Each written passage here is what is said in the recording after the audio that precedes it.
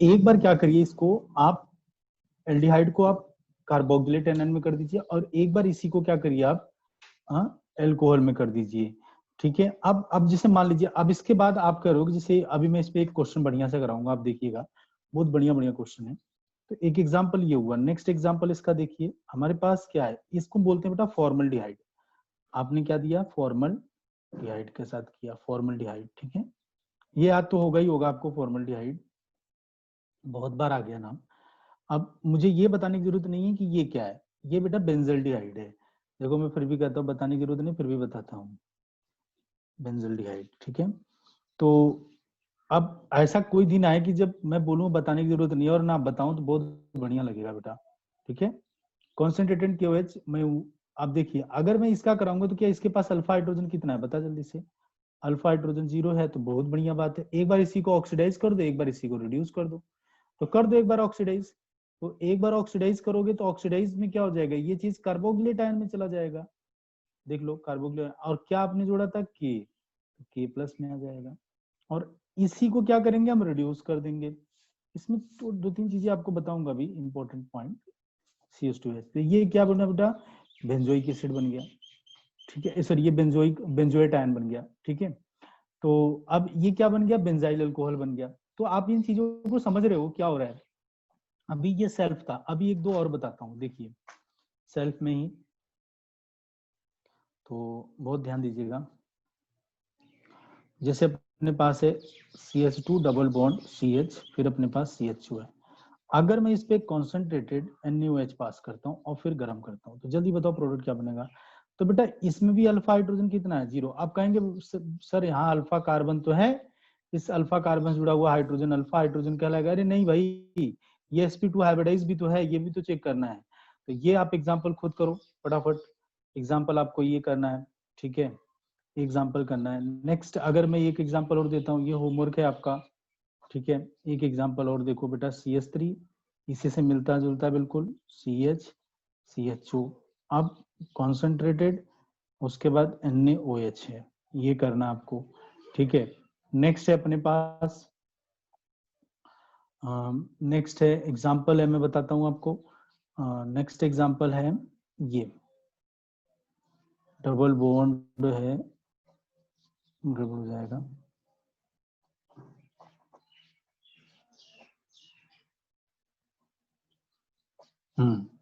इसको करना है, ये देखिए मैंने यहाँ डबल बॉन्ड नहीं बनाया, बेंजीन नहीं है, ध्यान रखना। कॉन्सेंट्रेटेड NaOH के साथ आप इसको गर्म करना है। एक एग्जाम्पल ये रहा। नेक्स्ट एग्जाम्पल एक और होमवर्क देता हूँ आपको, एग्जाम्पल करो, जितना बढ़िया से बढ़िया हो सकता है करके दिखाओ यार। तुम करोगे अच्छा, हमको लगता है बहुत बढ़िया करो आप सारी चीजें। एक ये हो गया, ये दो तीन एग्जाम्पल सफिशिएंट है। ठीक है, अब हम आते हैं बेटा cross Cannizzaro reaction.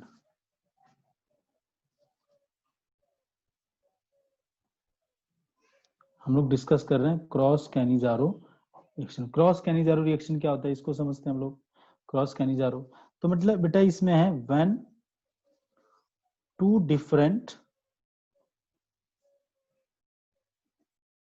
aldehyde which do not have alpha hydrogen atom। ठीक है,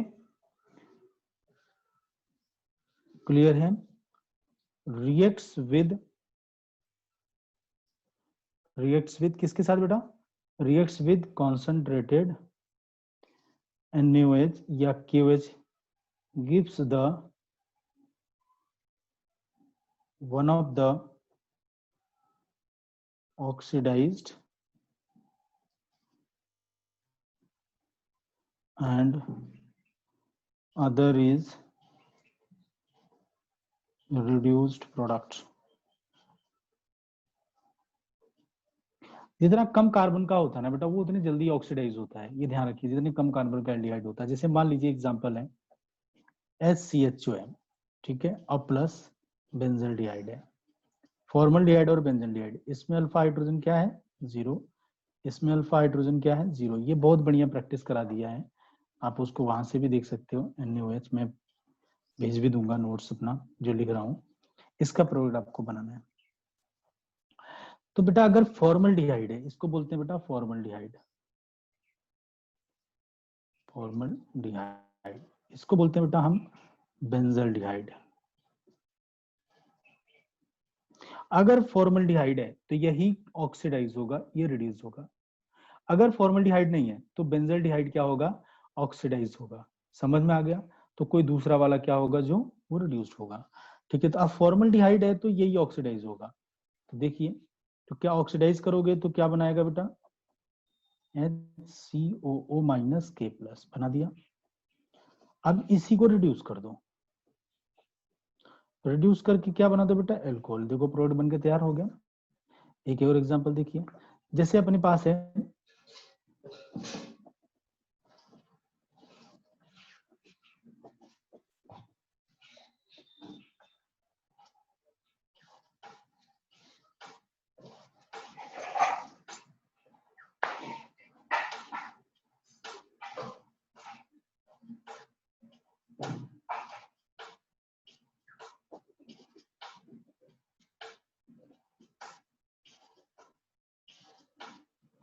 ये, रहने दो, one is more sufficient product. ठीक है बेटा, इसको आप कर लीजिए। नेक्स्ट बेटा आता है, इसमें एक और आता है इंट्रा मॉलिकुलर, ठीक है, इंट्रा मॉलिकुलर कैनिजारो।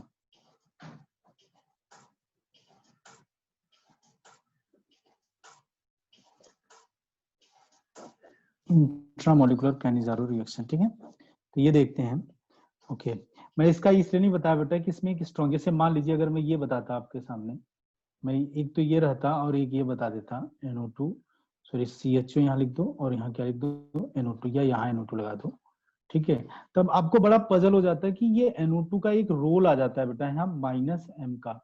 तो मुझे -M के थ्रू इसके इफेक्ट को समझाना पड़ेगा, और पूरी मेरी एक मजबूरी भी बन जाएगी कि मैं इसकी पूरी मैकेनिज्म आपको समझाऊं कैनिजारो की। जब तक मैं मैकेनिज्म नहीं समझाऊंगा आप इन दोनों रिएक्शन को नहीं कर पाओगे। बिना मैकेनिज्म के आसानी से जो मैंने आपको बातें बताई इसके हिसाब से आप ये कर लीजिए, ये आसानी से मैकेनिज्म के थ्रू ही आप इस रिएक्शन को कर पाओगे। इसका क्या रोल है, सबसे बड़ी प्रॉब्लम ये आ जाएगी कि बेंजल्डिहाइड ये भी और बेंजल्डिहाइड ये है, लेकिन ये पैरानाइट्रोबेंजल्डिहाइड है, ये प्योर बेंजल्डिहाइड है। तो दोनों में कौन कार्बोक्सिलेट में कन्वर्ट होगा और कौन क्या होगा, एल्कोहल में जाएगा। तो ये मैकेनिज्म के थ्रू ही पता चलेगा, और मैकेनिज्म आपके सिलेबस में नहीं है, और मुझे इसको बताने के लिए मैकेनिज्म कराना पड़ जाएगा, इसलिए मैंने ये रोक दिया। ठीक है, आप इसको इस तरह से समझिएगा कि आपके लिए इतना ही सफिशिएंट केवल है। इंट्रामोलिकुलर कैनिजारो रिएक्शन है, तो इंट्रामोलिकुलर कैनिजारो रिएक्शन के लिए क्या कराएंगे, देखिए इसमें क्या होगा, जब एक ही मॉलिक्यूल के अंदर ही वही मॉलिक्यूल ऑक्सीडाइज हो रहा है एक पार्ट और दूसरा पार्ट रिड्यूस हो रहा है। जैसे मान लीजिए इसका सबसे बेस्ट एग्जांपल है CHO। इस कंपाउंड का जो कॉमन नेम है वो बेटा ग्लाइकोजल, ग्लाइकोजल, ठीक है, GLYOXAL, ग्लाइकोजल। ठीक है, अगर हम इसको कॉन्सेंट्रेटेड QH के साथ कर देते हैं, ठीक है, अगर मैं इसको करूंगा तो इसका एक जो कार्बन है, वन ऑफ द कार्बन, जो एक CHO है, ये दूसरा, तो एक CHO बेटा इसको ऑक्सीडाइज करा दो, माइनस यहाँ पे क्या करो X कार्बोक्सिल में, और दूसरे CHO है जो उसको रिड्यूस करवा दो, यानी CH2OH, ये बन गया बेटा। ये प्रोडक्ट कई बार पूछा जा चुका है, तो आप इस पे बहुत अलर्ट रहिएगा, जब पूछा गया तो हम कैसे इसको सॉल्व करेंगे और बताएंगे। ठीक है, तो ये अपने पास जानकारी आ गई इसको लेके, ग्लाइकोजल को लेके। अब अपने पास जो आता है वो है बेटा, इसका रिएक्शन ये है कि इलेक्ट्रोफिलिक एरोमेटिक सब्स्टिट्यूशन रिएक्शन।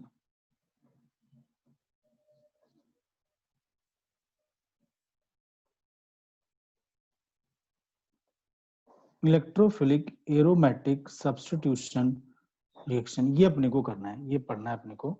देखिए इलेक्ट्रोफिलिक एरोमेटिक सब्स्टिट्यूशन रिएक्शन क्या है, तो इसके अंदर सबको पता है कि ये इसके अंदर जो 4 टाइप के रीजेंट लेते हैं, 4 टाइप रीजेंट, 4 टाइप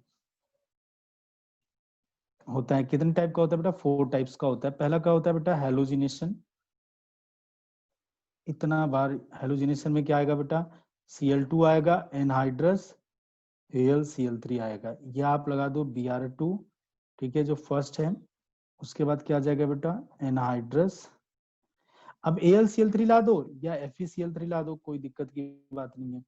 एनहाइड्रस क्या जाएगा बेटा, AlCl3 या FeCl3 ला दो। दूसरा है या AlBr3 ला दो। दूसरा है बेटा सल्फोनेशन।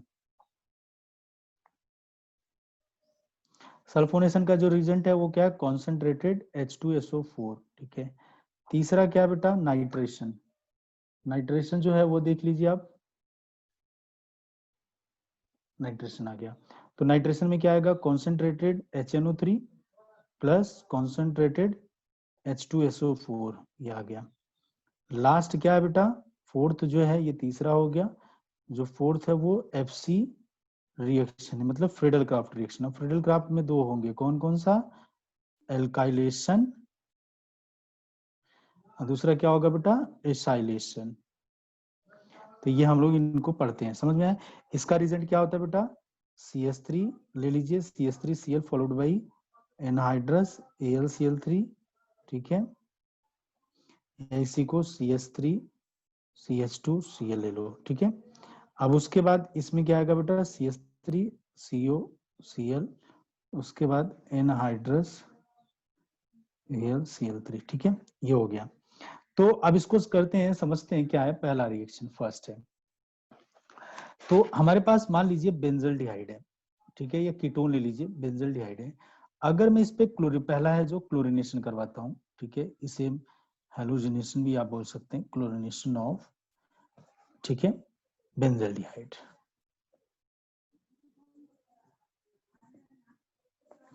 जब आप Cl2 पास करोगे किसके प्रेजेंस में बेटा, एनहाइड्रस AlCl3 की प्रेजेंस में, तो आप फटाफट ये मुझे सोच के बताओ, जो CHO है वो +M है या -M ग्रुप है, ये जल्दी बताओ मुझे सोच के, जल्दी जल्दी बताओ, +M है या -M, क्योंकि सारा खेल इसी पर है। अगर आपको पता चल गया +M है या -M है, तभी आप इसके आंसर को बता पाओगे बढ़िया से।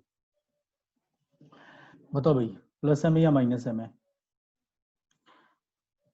मैंने क्या कहा था कि अगर कोई बेंजीन के साथ ग्रुप जुड़ा हुआ है मान लीजिए, और वो डबल बॉन्ड के साथ, इधर डबल बॉन्ड है, जो एटम जो है वो डबल बॉन्ड के साथ है, तो वो पक्का क्या होगा, आपका -M ग्रुप होगा। और -M वाला जो भी ग्रुप -M का होता है वो क्या मेटा पर जोड़ता है, और जो +M का ग्रुप होता है, मान लीजिए बेंजीन पर है और यहाँ पर जो ग्रुप है वो +M दिखा रहा है, तो चीजों को कहाँ जोड़ेगा, ऑर्थो पे, और कहाँ जोड़ेगा बेटा, पैरा पे जोड़ेगा, ठीक है।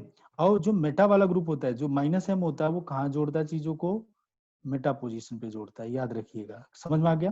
तो चलिए इसको एनहाइड्रस, तो ये कहाँ क्लोरीन को जोड़ेगा बेटा, मेटा पोजीशन पे जोड़ेगा। तो देख लीजिए आप, मेटा पोजीशन पे जोड़ दिया, CHO है, मेटा पोजीशन पे क्लोरीन आपका जोड़ गया। उसी तरह से अगर हम सल्फोनेशन कराते हैं, सल्फोनेशन देखिए बेटा, हमारे पास बेंजल्डिहाइड है, ये है। अब इसमें हम सल्फोनेशन मतलब कॉन्सेंट्रेटेड H2SO4 करा रहे हैं, ठीक है। अब कॉन्सेंट्रेटेड H2SO4 पास कर रहे हैं इसकी प्रेजेंस में, सल्फोनेशन, तो SO3H को कहाँ जोड़ेगा, क्योंकि ये -M ग्रुप है, तो कहाँ जोड़ देगा बेटा, तो क्योंकि -M जो ग्रुप होता है वो ऑर्थो और पैरा पे इलेक्ट्रॉन की डेंसिटी को क्या करता है बेटा, घटाता है। और जबकि मेटा पोजीशन पे इलेक्ट्रॉन की डेंसिटी को ये क्या करता है, अगर ऑर्थो पैरा पर घट रहे तो ऑब्वियसली वाले इनडायरेक्टली मेटा पोजीशन पे क्या कर रहा होगा, बढ़ रहा होगा। तो यहाँ पे आके SO3H आपका यहाँ पे जुड़ जाता है, ठीक है।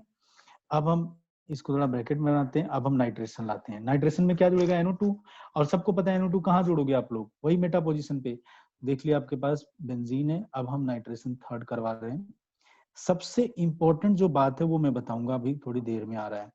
नाइट्रेशन करवा रहे हैं, तो यानी यहाँ पे concentrated HNO3 plus concentrated H2SO4 हम फॉलो करते हैं। जब ये करोगे तो ये मेरे पास है CHO बेंजल्डिहाइड, तो क्या बनाएगा, NO2 लाके ये जोड़ता है, और NO2 कहाँ जोड़ेगा बेटा, मेटा पोजीशन पे। तो ये मेरे पास मेटा पोजीशन ये रहा, यहाँ पे आप इससे NO2 को जोड़ दीजिए, ठीक है। जुड़ गया NO2 आपका मेटा पोजीशन पे, बहुत ध्यान से समझ में आ रहा है आपको, NO2 यहाँ पे जुड़ गया। अब देखिए क्या आता है बेटा, फोर्थ है FC alkylation,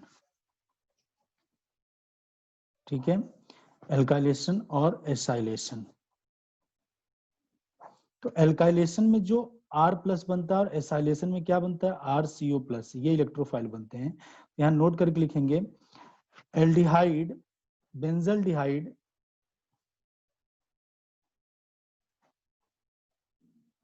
and acetophenone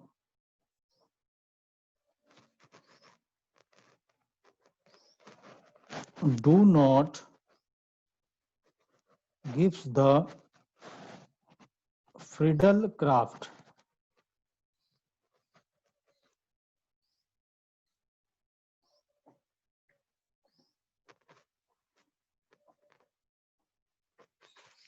because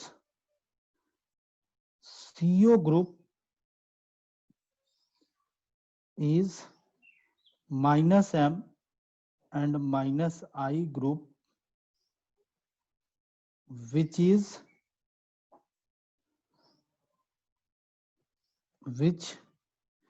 decreases the electron density। ये क्वेश्चन पूछा जाता है क्यों नहीं बेंजल्डिहाइड और एसिटोफिनॉन जो होते हैं वो फ्रीडल क्राफ्ट रिएक्शन क्यों नहीं देते, तो ये क्वेश्चन पूछा जाता है, मैं बता रहा हूं। Electron density on the benzene ring. Clear है? तो एसिटो देखो बेटा, मैंने कहा ना आपको कि ये जो ग्रुप है ना, ये जो ग्रुप है आपके पास, ये क्या करता है, ये बेंजीन रिंग से इलेक्ट्रॉन को खींच लेगा। जब इलेक्ट्रॉन खींचेगा तो बेंजीन रिंग पर क्या होगा, हाँ, लेस पुअर, ऐसे में लिख देता हूं, पुअर इलेक्ट्रॉन डेंसिटी रहेगी, पुअर इलेक्ट्रॉन डेंसिटी। और जब इलेक्ट्रॉन ही नहीं रहेगा तो फ्रीडल क्राफ्ट रिएक्शन तभी रिएक्शन करता है। याद रखना, अगर ये जो ग्रुप जुड़ा हुआ है, ऐसे याद कर लो, अगर मान लो ये ग्रुप जो है, अगर ये ग्रुप बेटा प्लस एम है, यानी प्लस एम मतलब ये रिंग को इलेक्ट्रॉन देता हो, अब भले माइनस आई हो लेकिन डोमिनेट आपका यही करेगा ना, तो ये अगर है तो गिव्स द एफसी रिएक्शन। ये एफसी रिएक्शन मतलब फ्रीडल क्राफ्ट रिएक्शन देगा।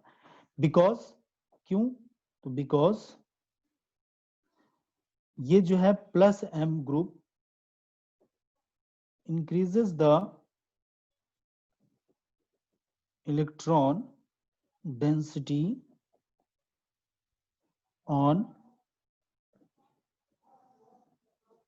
बेंजीन रिंग, तो ये होगा। लेकिन अगर आपके पास ये ग्रुप है, मान लीजिए ये ग्रुप है आपके पास, ये, अब ये बेटा माइनस एम है और माइनस आई है, तो वो कौन कौन से लोग हो सकते हैं माइनस आई, जैसे एग्जांपल आपके पास CHO हो गया, दूसरा एग्जांपल एसिटोफिनॉन हो गया, मतलब CO CH3 हो गया, तीसरा एग्जांपल बेटा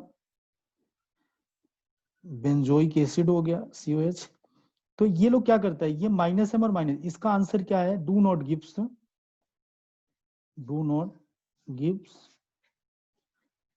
FC रिएक्शन बिकॉज। अब बिकॉज इसका देखो ये रहा, बिकॉज इसका ये एक्सप्लेनेशन जो किया, क्योंकि ये ग्रुप जो होते हैं माइनस एम और माइनस आई होते, तो ये रिंग से ही इलेक्ट्रॉन को खींचते हैं, और जब रिंग से इलेक्ट्रॉन खींचेंगे तो इलेक्ट्रॉन की डेंसिटी क्या हो जाएगी, रिंग पे कम हो जाएगी, और जब रिंग पे इलेक्ट्रॉन की डेंसिटी कम हो गई तो ये FC एल्काइलेशन या एसाइलेशन रिएक्शन नहीं देते हैं। ठीक है, तो आज की क्लास हम यही ओवर करते हैं, टाइम हो गया, तो चलिए हम कल मिलते हैं। और ये चैप्टर आपका क्या है, एल्डिहाइड एंड कीटोन फिनिश हो गया। कल हम इसके एक दो एक्सरसाइज के एग्जांपल्स देखेंगे, उसके बाद हम अपना कार्बोक्सिलिक चैप्टर स्टार्ट करेंगे। Thank you so much.